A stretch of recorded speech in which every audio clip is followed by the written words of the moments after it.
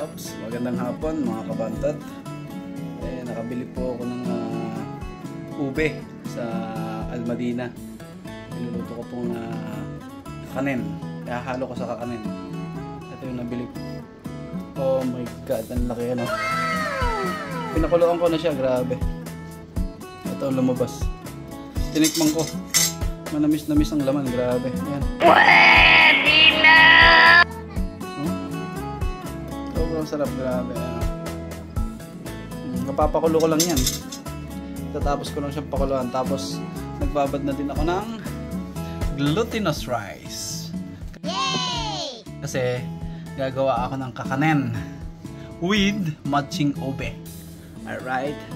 I-update ko kayo pagka nag-umpisa na ako magluto. Pero hindi ako magpipiga ng niyog kasi napakahirap. Ang gagamitin ko lang yung can. Meron akong mga in can dito, ang dami ano. Oh. Coconut cream in can. So ayan, ayan. Yan ang gagamitin ko. Mamaya update ko kayo habang niluluto ko, sigurado hasakit ang kilikili natin dito sa kakahalo.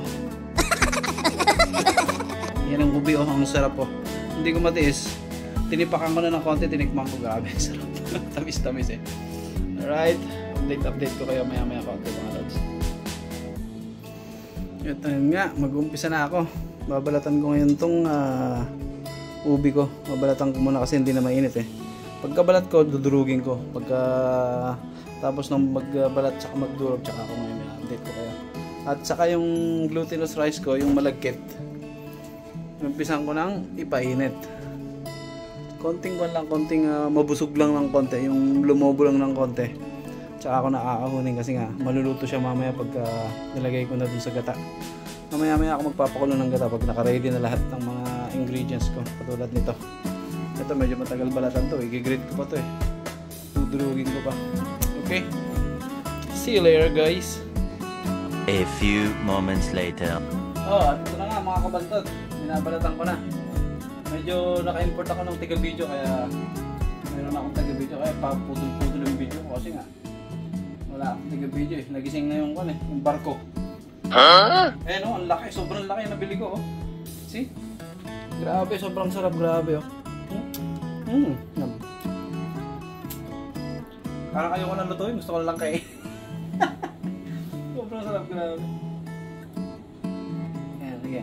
Update ko ulit kayo. Ipakita mo yung niluluto kong pinapakuluan kong glutinous. Ayan na yung glutinous rice. Sarap ng ubi, grabe. Ganda lang itsura, oh my god. How come? Asan na yung panatan yung... 1 hour later. Oh, at ayun na nga.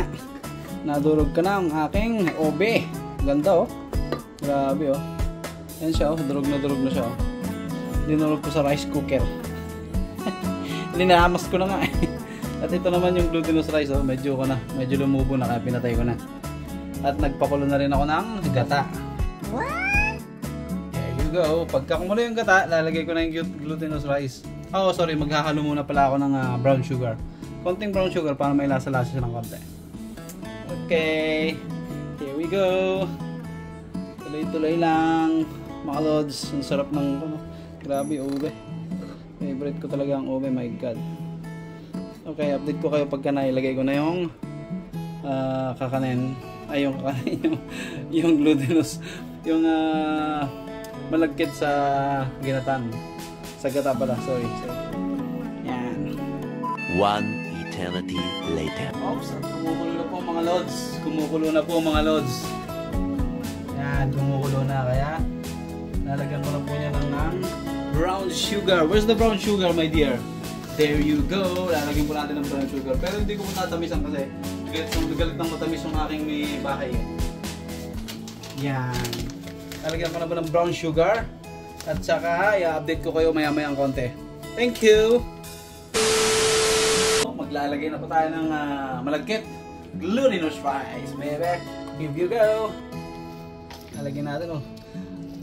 Mukhang mahihirapang mahihirapang lulanin ah. Pero sakto lang siguro. Kaya dito ang umpisa na ng masakit na kilikili pag hinahalo. Okay, thank you. Okay mga kabantot, ilalagay po natin ng ating ube. Main ingredients. ito na yung kwan namin, oh. Ayan na yung kakanin, oh my god, lalagay na lang yung ube. Alright. Ayan. Tapos, pag talagay mo tong ube, sisip-sipin na niya yung tubig niyan. Magtutuyot na bigla yan. Actually, kaya ganyan. Dami pala, grabe. Sobrang dami, oh my god, see? Aywa. Okay, hahaluin ko muna. Update ko kayo maya-maya konti, mga lods. Thank you! A few moments later. At ito na po ang pinakamahirap na parte. Yung halo ko ng halo.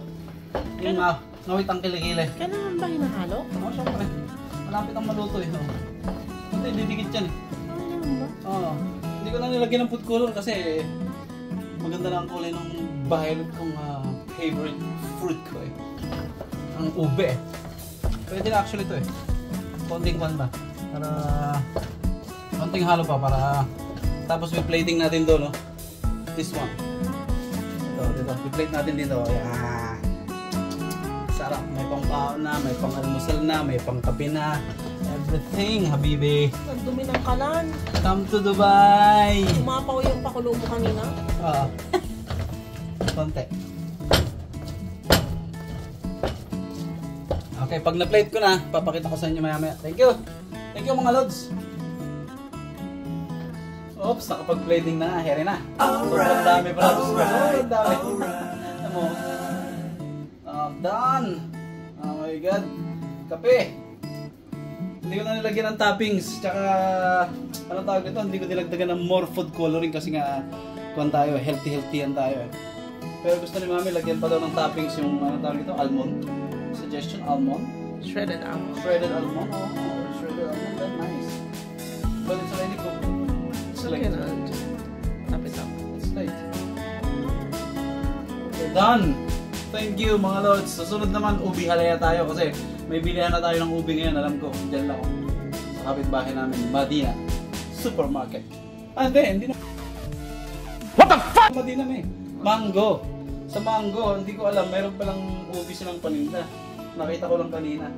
Oops! Hanggang dyan na po mga lods ang ating pagluluto. Hanggang sa muli. Susunod ulit, ubi halaya naman. Magmimerienda na po. Magmerienda na po kami.